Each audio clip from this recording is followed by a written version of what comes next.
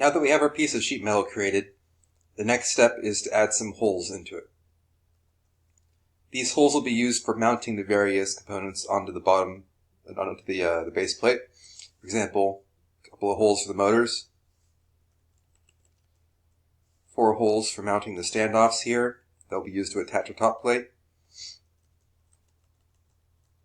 and 2 holes each for mounting the sensor on the front and for mounting the ball caster. Let's go ahead and get started. Since we have 3 sets of holes, I'll teach you a couple of different ways of making holes in SolidWorks.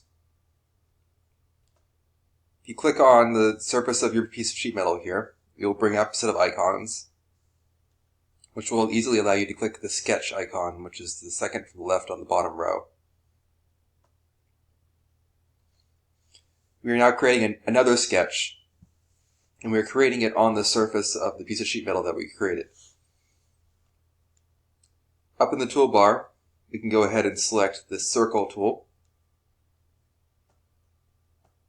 This will allow us to easily place several circles into our part.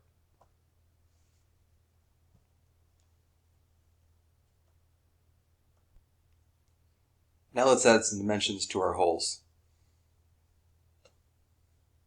Click a smart dimension, which will allow you to specify the diameter of our circle. Diameter will be 0.09 inches.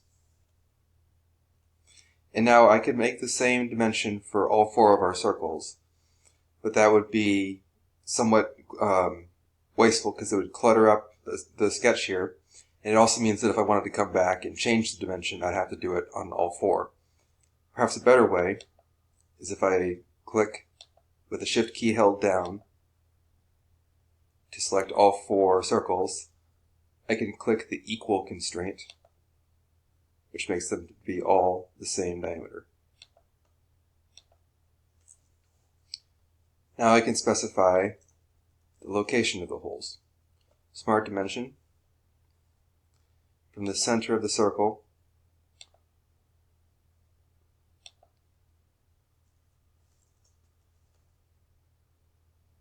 you may need to zoom in a bit to allow you to select the center of the circle.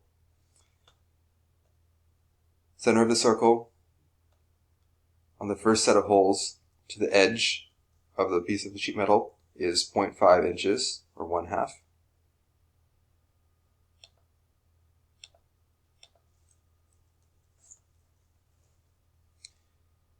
And for the other set of holes is 1 inch.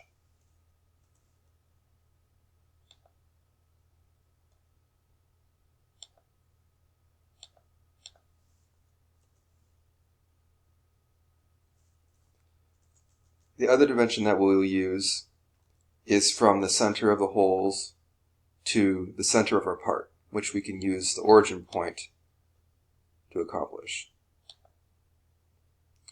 You can see when I select a dimension between the origin point and the center point of the circle, it allows me to specify several different kinds of dimensions. This one here specifies the vertical offset.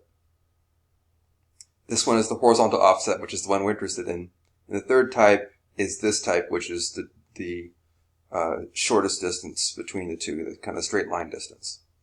So make sure that you have the horizontal offset selected like this. And this dimension will be 0.55 inches. Give the same dimension to the other one, 0.55 inches. You can see that those 2 holes are now fully dimensioned as they've turned black. On the other 2 holes, place a similar dimension. This one will be 0.265 inches.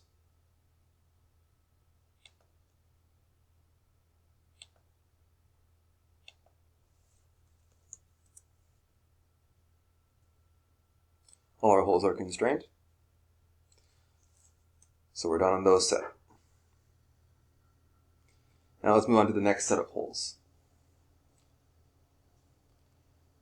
We could use the same method of drawing 4 independent circles and dimensioning each one of them individually, but perhaps a faster way for this set is to use a shape to define the layout of the holes. In this case, there'll be 4 of them in a rectangle. So we can start by creating a rectangle to kind of model the layout of those holes.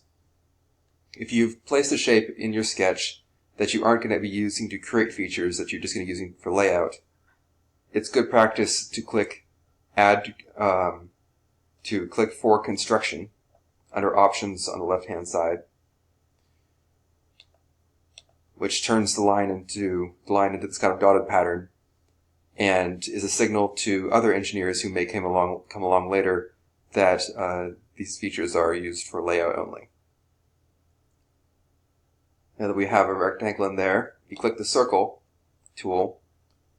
We can place a circle at each one of the 4 corners. Make sure the dot appears over the corner, which shows you that you're in fact creating the circle centered at the location.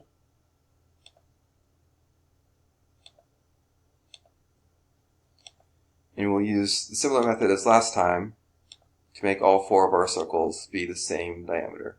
So we'll click all 4 with Shift held down and select the equal constraint on the left-hand side.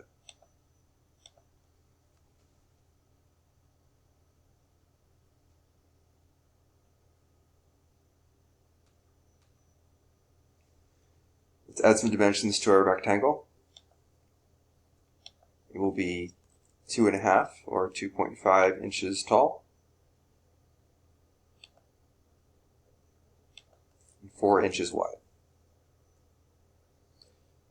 So we have all of our sizing information out there, but as you can see, we don't have the positioning information. From the edge of the rectangle to the top edge of the sheet metal here will be 0.5 inches. And then we want the rectangle to be centered left to right. So we can right click on one of the horizontal lines here.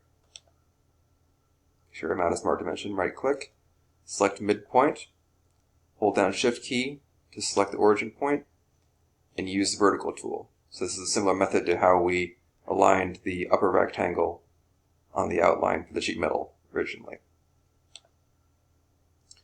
You can see the rectangle has turned black, but that the circles for the holes have not. This, of course, is because we haven't defined a diameter for them yet. So to do so, add a smart dimension on the diameter of one of the holes, and this will be 0.177 inches. The set of holes is now fully defined, so we're good to go. Let's go ahead and exit the sketch. And we will now take the circles that we've defined and turn them into 3-dimensional features. The same way that we used an extruded boss base to make the piece of sheet metal originally, we will now be using an extruded cut, which works in a similar fashion, but instead of creating new material, it removes existing material. So click Extruded Cut and click one of the holes. In order to select the other holes, click on the box under Selected Contours, and then select the other 7 holes in your drawing.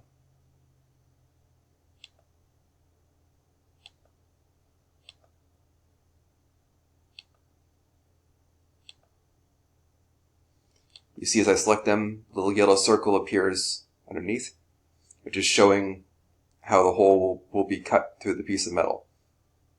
If you accidentally click on the large shape here, then you can remove it by right-clicking under Selected Contours and clicking Delete.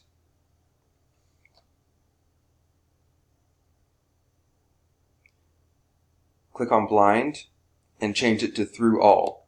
This will make sure that the holes cut all the way through the piece of metal. And after that, we're good to go. Click the OK checkmark.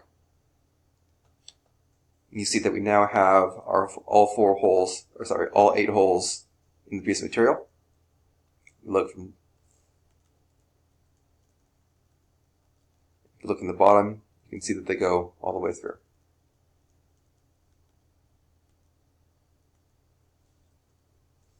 We have 4 more holes to do, and for these I will show you a different method. Click on Hole Wizard in the toolbar in the Features tab.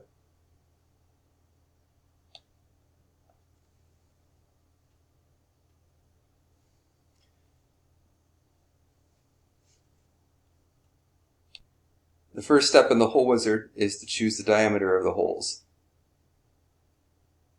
Make sure that we have hole as the hole type, not one of these fancier geometries selected. Make sure it's hole. Under Standard, click ANSI inch. Then under Size and Hole Specifications, scroll until you find 1/8 of an inch.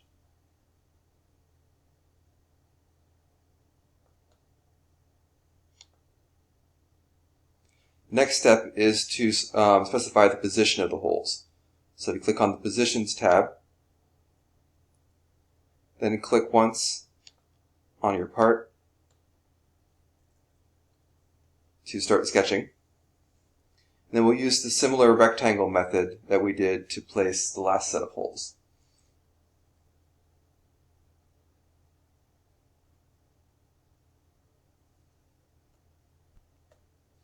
Click the corner rectangle and place a rectangle into your sketch. Make sure For Construction is selected. Hit OK. And then let's add some smart dimensions to that. Width of the rectangle will be 3 inches.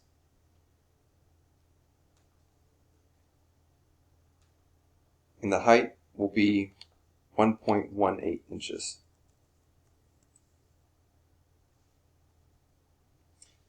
We now need to position our rectangle.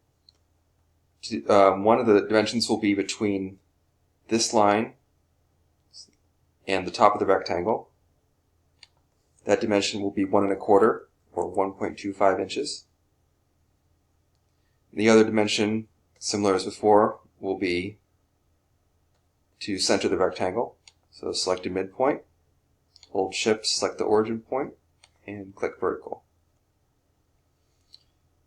Now that we have the rectangle placed, we have to tell the Hole Wizard where the holes will be. To do that, click the Point tool in the toolbar and place a point in each corner. You can see it's added in the yellow circles to show where the holes will be created. And then click OK in the Hole Wizard. We now have our last 4 holes.